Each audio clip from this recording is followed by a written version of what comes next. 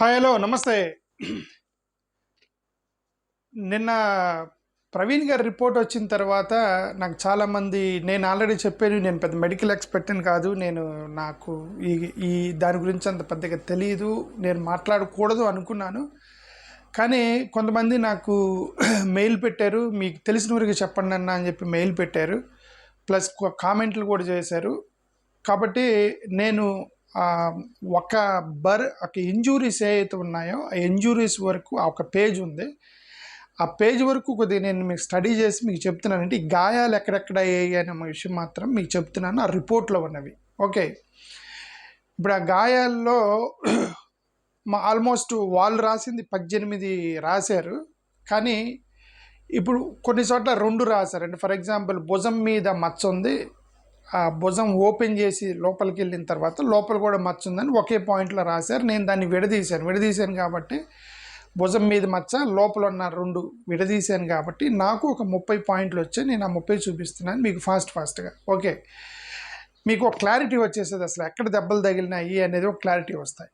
Moreover మీకు ఒక అనుమానం ఉంది. ఈ అనుమానం ఏంటంటే అసలు ఇదేమన్నా బండి పైకి ఎలా వచ్చింది అనే అనుమానం వచ్చింది. ఈ రిపోర్ట్ చూసినాక నాకు ఇంకా అనుమానం పెరిగింది. ఎందుకంటే ఇప్పుడు ఈ రిపోర్ట్లో వాళ్ళు చూపించిన గాయాలు మొత్తం కూడా ముఖం మీద చెస్ట్ మీద మోచేతులు మోకాళ్ళు అన్ని ఫ్రంట్ పార్ట్లోనే దెబ్బలు తగిలినాయి. ఫ్రంట్ పార్ట్లో దెబ్బలు తగిలినప్పుడు బైక్ మీద వెళ్తూ ఉన్నప్పుడు ఒకవేళ ముందు పడ్డాడు అనుకోండి, ఇట్లా ముందుకు పడితేనే ఇన్ని దెబ్బలు తగులుతాయి. ఎడ ముఖం మీద ముక్కు నోరు మోకాళ్ళు మోచేతులు అంటే ఇట్లా ముందుకు పడితేనే పడతాయి. బట్ అక్కడ స్పాట్లో ఆయన వెనక పడి ఉన్నాడు, ఆయన మీద బైక్ ఉంది. ఓకే, అది ఎట్లా సాధ్యమైంది అనేది అదొక పెద్ద $1 మిలియన్ ప్రశ్న. ఇప్పటికీ ఈ రిపోర్ట్ చూసి నాకు ఇంకా అనుమానం వచ్చింది. ఎందుకంటే దెబ్బలన్నీ ఇప్పుడు ఆయన వెనక్కి పడి ఉంటే దెబ్బలు వెనక్కి తగిలి ఉండాలి కదా, దెబ్బలన్నీ ఫ్రంట్ తగిలినాయి. ఫ్రంట్ తగిలినప్పుడు ముందు పడి ఉండాలి. ఒకవేళ ఆయన ముందుకు పడి ఆ నొప్పికి తట్టుకోలేక పక్కకి తిరిగి మళ్ళీ ఎలకలుగా పడుకున్న తర్వాత అప్పుడు దాకా బైక్ ఆగి వచ్చి ఆయన మీద పడిందా అనేది ఒక పెద్ద ప్రశ్న అది. ఓకే, అది పెద్ద $1 మిలియన్ ప్రశ్న. మోరోవర్ షూ ప్రింట్ గురించి మాట్లాడుతున్నారు.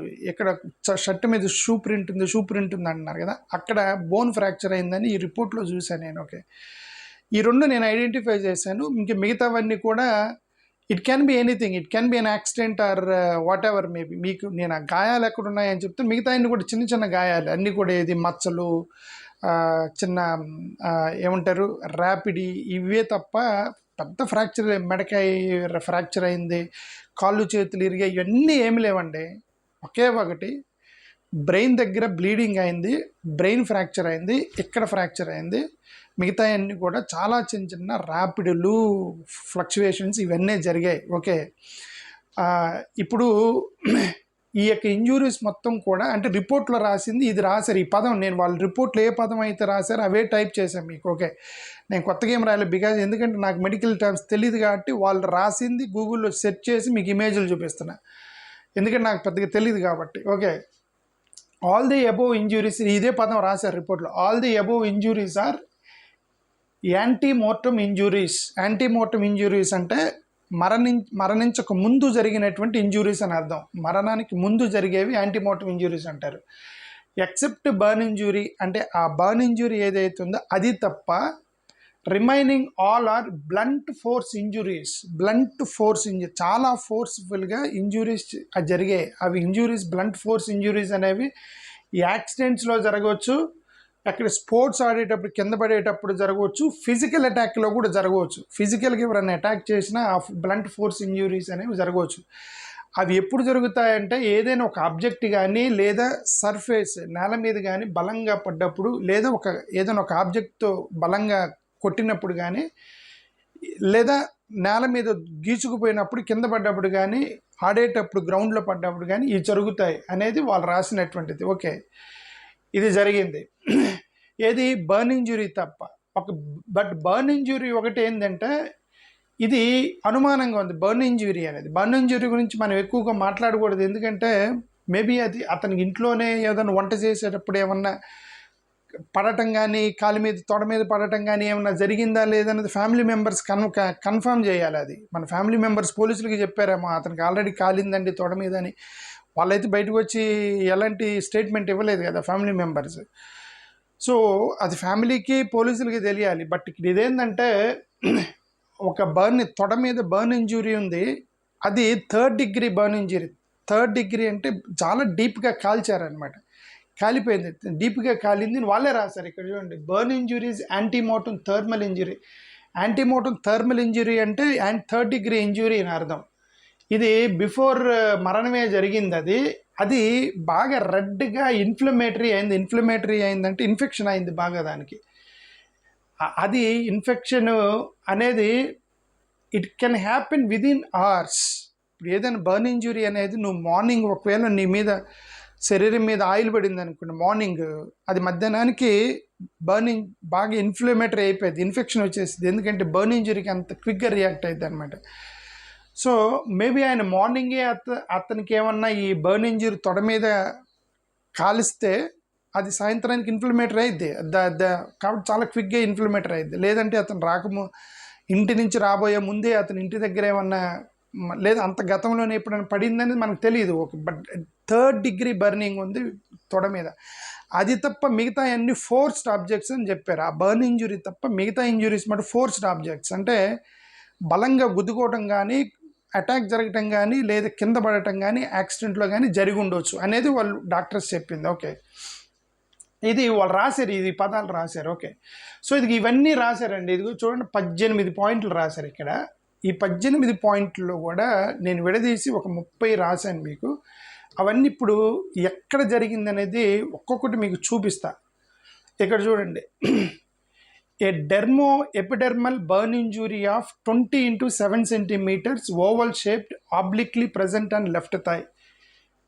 తొడ మీద ఇదిగో ఈ బర్న్ ఇంజురీ ఉంది.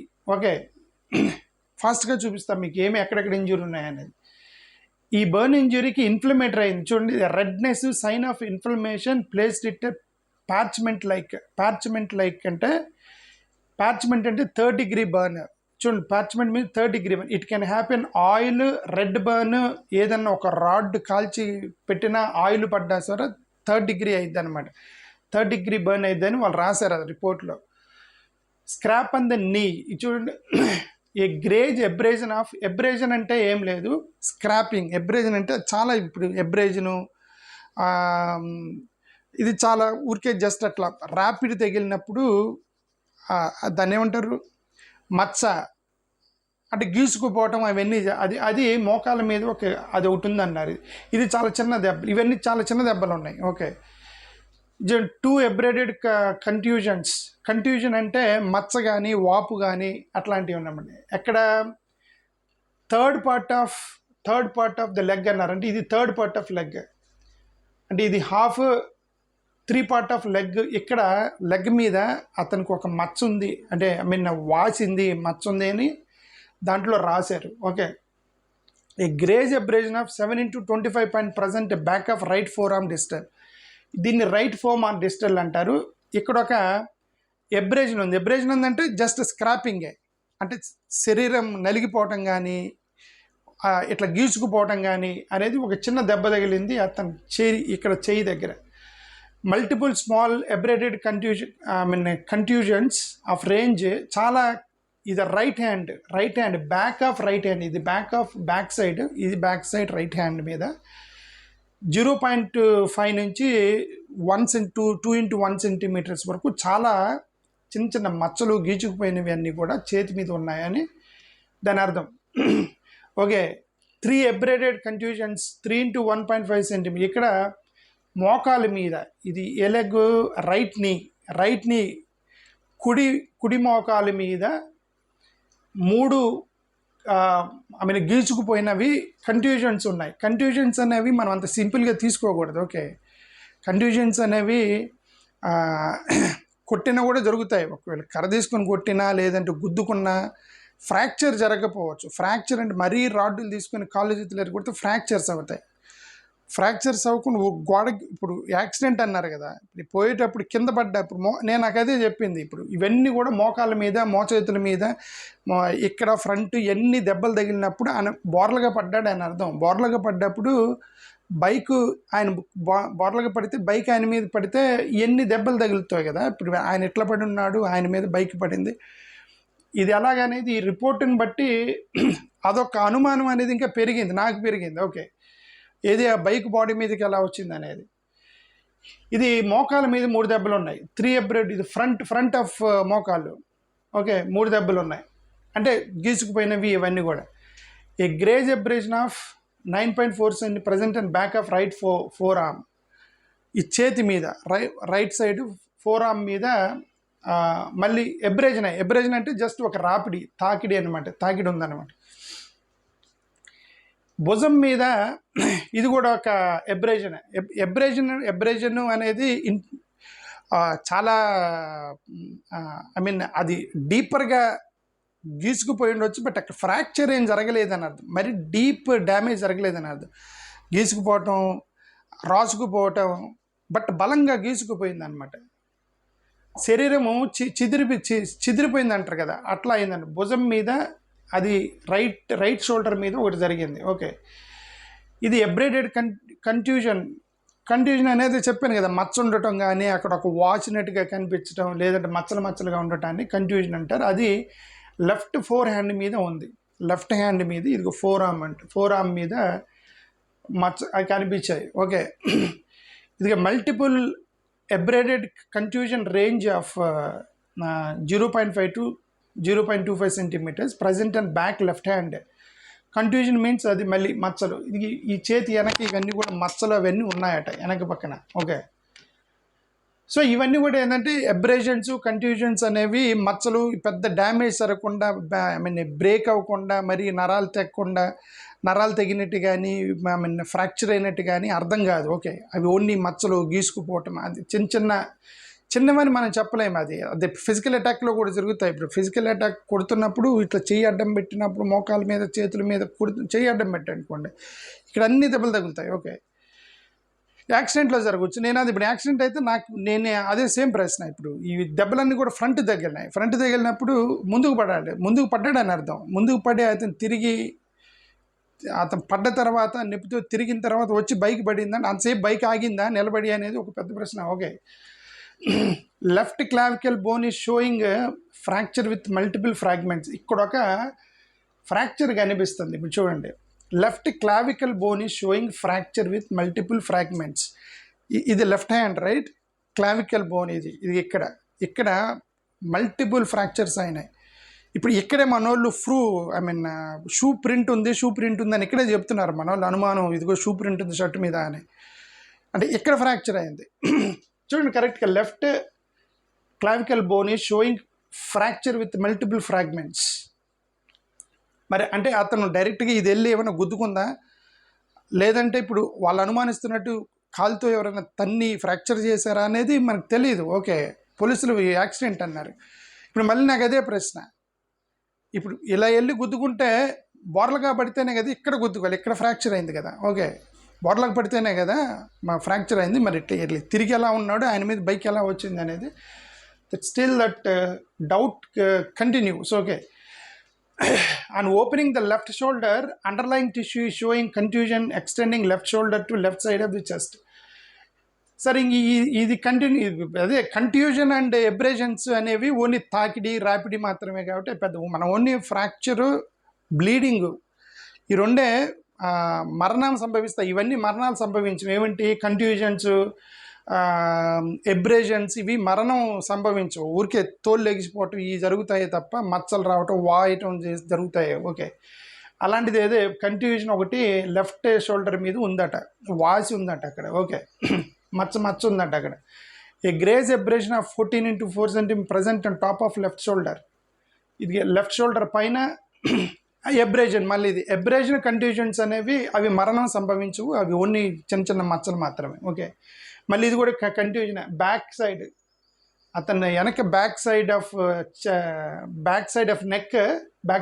నెక్ అతనికి ఒక కంట్యూజన్ ఉంది అక్కడ.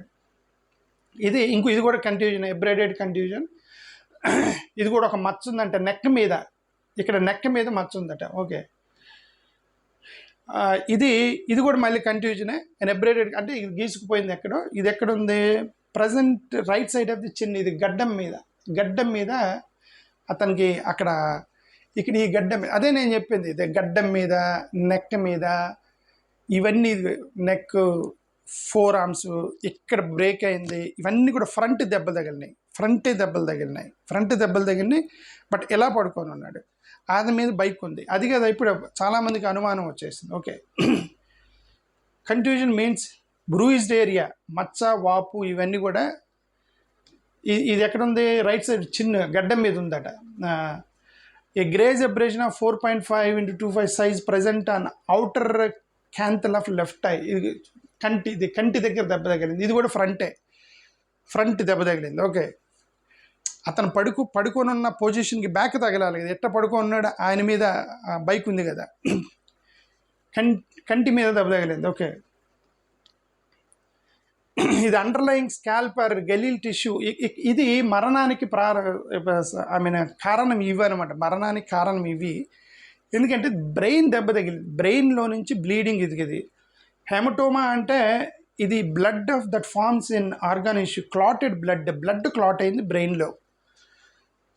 ఇది అదే ఇప్పుడు పోలీసులు ఏం చెప్పారంటే ఫోర్స్గా వెళ్ళి కొట్టుకున్నాడు ఒకదానికి అని అన్నారు కదా, అది ఒక రీజన్ అయ్యి ఉండవచ్చు. యాక్సిడెంట్ అయితే బలంగా వెళ్ళి రాయికో దేనికో అబ్జెక్ట్ కొట్టుకొని ఉంటే బ్లడ్ క్లాట్, ఇది బ్రెయిన్ మొత్తం చిదిగిపోయింది. ఓకే, పోలీసులు చెప్పింది అది. కొంతమందికి అనుమానం, ఎవరైనా కర్ర తీసుకుని కొట్టారా ఏంటి, చంపేశారా ఏంటి అనేటువంటి అనుమానం ఉంది కదా.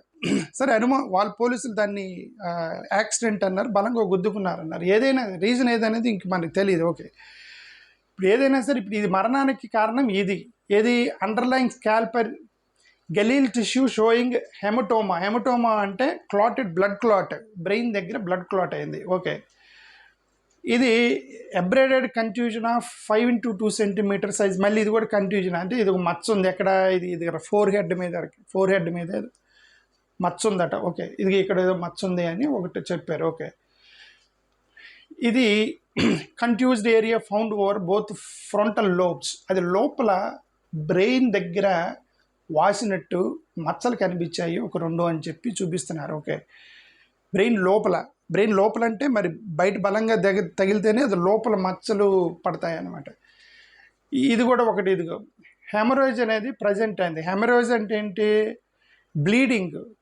ఇదంతా కూడా బ్రెయిన్ దగ్గర చాలా చోట బ్లీడింగ్ జరిగింది. ఇదంతా బ్లీడింగ్ జరిగింది కాబట్టి అతను చనిపోయాడు. చనిపోవడానికి కారణం ఇది. చెస్ట్, లంగ్స్ క్లియర్, అన్నీ క్లియర్గా ఉన్నాయి కదా, మిగతా అన్నీ చిన్న మచ్చలు గీసుకుపోవటం వాటి వల్ల మనుషులు చనిపోవడానికి మేజర్గా హెడ్ మీదనే బ్లీడింగ్ జరిగింది, బ్రెయిన్ మొత్తం కూడా బ్లీడింగ్ జరిగిందని చెప్పి దానివల్ల చనిపోయారు. కాబట్టి ఫోర్స్ఫుల్గా వెళ్ళి దేనికైనా గుద్దుకున్నాడు, ఇది యాక్సిడెంట్ అని పోలీసులు తేల్చారు దాన్ని. Okay, subarachnoid haemorrhage present along with convexities of both cerebral hemispheres. అదే హెమిటోజ్ అంటే ఏంటి, బ్లీడింగ్, స్పెసిఫికల్గా బ్రెయిన్లో బ్లీడింగ్ జరిగింది అని అర్థం. ఇంకోటి brain is showing thin acute haematoma. Haematoma అంటే same pool of mostly clotted blood. ఎక్కడో బ్రెయిన్, ఇది సే ఫర్ ఎగ్జాంపుల్ బ్రెయిన్, ఇక్కడ హెమటోమా, క్లాటెడ్ బ్లడ్ అనేది తల మీద ఉంది. ఓకే, ఇంక ఇవన్నీ ఏంటంటే ముఖం మీద, ఇప్పుడు అదే చెప్తున్నాను కదా, ఫ్రంట్ దెబ్బలు తగులుతున్నాయి అని చెప్పాను కదా నేను. ఇది ఇక్కడ చూడు, లిప్ మీద ఏ deep cut, a bone deep laceration of 4.5 to size obliquely present in middle of the lower lip.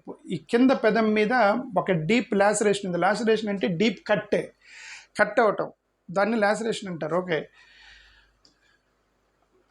ఇది mandible bone is showing fracture. ఇది ఇంకొక ఫ్రాక్చర్. ఇప్పుడు 3 ఫ్రాక్చర్లు చూపించాం. ఒకటి బ్రెయిన్ దగ్గర ఫ్రాక్చర్ అయింది, ఇది ఇక్కడ వాళ్ళు ఎక్కడైతే షూ ప్రింట్ అన్నారు అక్కడ ఫ్రాక్చర్ అయింది, ఇది కూడా ఫ్రాక్చర్ అయింది. చూడండి, మ్యాండిబుల్ బోన్ అంటే ఇదిగో ఈ పార్ట్ ఫ్రాక్చర్ అయింది. ఒక పెద్ద ఇది చూడండి, ఒక పెద్ద బోన్ ఉండేది ఇక్కడ, చూడండి, ఇట్స్ వెరీ బిగ్ బోన్, ఆ బోన్ ఫ్రాక్చర్ అయింది అని మ్యాండిబుల్ బోన్ ఫ్రాక్చర్ అని చెప్పారు వాళ్ళు. Okay, a deep cut or tear and skin or flesh. ఇదేంది, a bone deep laceration of vertically present and middle of the upper lip. Upper lip మీద కూడా కింద లిప్ లాసరేషన్ ఉందన్నారు. లాసరేషన్ అంటే deep cut అయిపోయింది, ఇక్కడ ఈ పెదం కట్ అయింది, పైన పెదం కూడా కట్ అయిందని ఆ రిపోర్ట్లో ఉందన్నమాట. Underlying tissue is showing a laceration with irregular margins and tissues bridges with linear fracture extending from left side maxilla bone towards left side.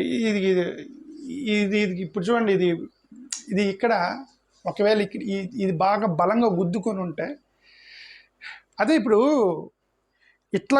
ఇలా గుద్దుకుంటే బ్రెయిన్ డ్యామేజ్ అయిపోయింది. మరి ఇదంతా ఎందుకు దెబ్బ తగిలిందంటే మరి ఈ ఫోర్స్ ద్వారా ఇదంతా దెబ్బ తగిలిందేమో మరి. ఓకే, ఒకవేళ యాక్సిడెంట్లో బలంగా గుద్దుకున్నప్పుడు ఇంక ఇవన్నీ పోయినాయేమో. యాక్సిడెంట్ అయితే ఇంకెవరైనా కర్ర తీసుకొని కొడితే అది the same thing will happen. కొట్టినా యాక్సిడెంట్ అని ఇదే జరుగుతాయి. డాక్టర్లు కూడా అదే చెప్పారు. It can be this will happen during physical attack or an accident, or maybe someone is playing cricket and then fell down, అప్పుడు కూడా జరుగుతాయి అని చెప్పారు. Okay, underlying tissue showing lacerations with irregular ఇదంతా కూడా లాసరేషన్స్ జరిగాయి. ఓకే, లాసరేషన్ అంటే డీప్ కట్ అయిపోయింది, త్వరగా కట్ అయిపోయింది. Okay, underlying tissue showing lacerations with irregular margins and tissue bridges with fracture of 4 incisor teeth of lower jaw. ఈ lower జా కింద, ఈ లోయర్ జా ఏదైతే ఉందో ఈ కింద పళ్ళు 4 ఇరిగిపోయినాయి. ఇదిగో 4 fracture of 4 incisor teeth of lower జా.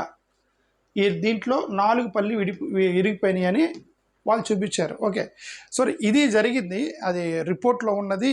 ఆ ఒక్క పేజ్ ఏ పేజ్ అయితే వాళ్ళు అది రాశారో, నేను ఆ ఒక్క పేజీని ఇవన్నీ నేను మీకు అర్థం అవడానికి ఇమేజ్లు నేను డౌన్లోడ్ చేసి చూపించాను. బికాజ్ నాకు మెడికల్ టర్మ్స్ తెలీదు, నాకు మెడికల్గా రాదు కాబట్టి, నేను పెద్ద డాక్టర్ని కాదు కాబట్టి ఆ పదాలు తీసుకెళ్ళి గూగుల్లో కొట్టి దాని రిలేటెడ్ ఇమేజ్ తీసుకొచ్చి ఓహో నేను ఒక అండర్స్టాండింగ్ వచ్చి నేను మీకు చెప్తున్నాను అంతే తప్ప మీలో ఎవరైనా మెడికల్ ఎక్స్పర్ట్స్ ఉంటే క్షమించండి ఒకవేళ నేను రాంగ్ చెప్పుంటే. ఓకే, ఇది యాక్చువల్గా ఇది చూడండి, ఇది రిపోర్ట్లో ఉన్నటువంటి ఈ 18 పాయింట్స్ ఇప్పుడు నేను మీకు ఇమేజ్ల రూపంలోకి కన్వర్ట్ చేసి ఇవన్నీ ఎబ్రేడెడ్ కన్ఫ్యూజన్, గ్రేజ్ ఎబ్రేడెడ్ కన్ఫ్యూజను, ఇది ఫైనల్గా రాసినవి కూడా యాంటీమోటమ్ ఇన్ నేచర్, ఇవన్నీ కూడా మీకు ఎక్స్ప్లెయిన్ చేస్తాను. ఈ ఒక్క పేజ్ని ఎక్స్ప్లెయిన్ చేశాను. దెబ్బలు ఎన్ని తగిలాయి అనే దాని మీద వాళ్ళు రాసిన 18 నేను మధ్య మధ్యలో రెండింటిని విడదీశాను కాబట్టి ఒక 30 మీకు చూపించాను. థ్యాంక్ యూ, నమస్కారం. ఇది పోలీసులు యాక్సిడెంట్ అన్నారు, అనుమానించే వాళ్ళు అనుమానిస్తున్నారు, ఇది ఇప్పుడల్లా తెగేదట్లేదు అది. ఓకే, సరే కోర్టుకి వేశారు, కోర్టుకి మరి పోలీసులు వాళ్ళు యాక్సిడెంట్ అని తెలిస్తే యాక్సిడెంటే, అనుమానం వచ్చిన వాళ్ళు కోర్టు దాకా వెళ్ళారంటే వాళ్ళకి బలంగా అనుమానం వచ్చిందనే కదా అర్థం. అదర్వైజ్ వాళ్ళు కోర్టుకి ఎందుకు వెళ్తారు, కోర్టు దాకా ఎందుకు వెళ్తారు, వాళ్ళు ఎందుకు ఇంత గట్టిగా మాట్లాడతారు అనేది మనకు తెలీదు. ఓకే, ఇది సంగతి. థ్యాంక్ యూ, నమస్కారం.